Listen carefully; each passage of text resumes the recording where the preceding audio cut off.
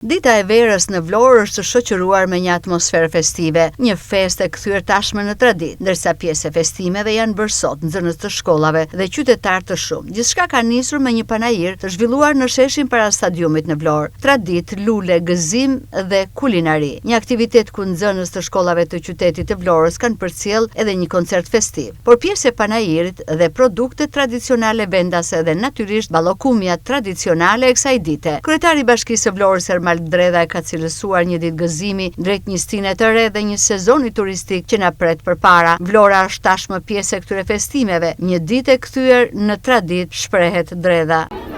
Për e nisë me një urim special për gjithë qytetarët e Vlorës dhe patjetër që atë larmishmërinë dhe atë bukurinë e japin pikërisht këta që ne kemi këtu sot, që po bëjnë një super ekspozet gjithë atyre punimeve apo dëshirave apo pasioneve që ata kanë, që janë fëmijët e qytetit, realisht e mbushin plot me are. Dhe në kuadër të gjithë atyre festimeve që ne kemi sot për ditën e verës, sado që është një fest pagane dhe e ka zanafillën pak në shtetin ton, në hartën ton kombëtare, e ka në Elbasan edhe bollokumet e famshme, e gjitha ato që unë do të thotë që ne nuk festojmë njësoj.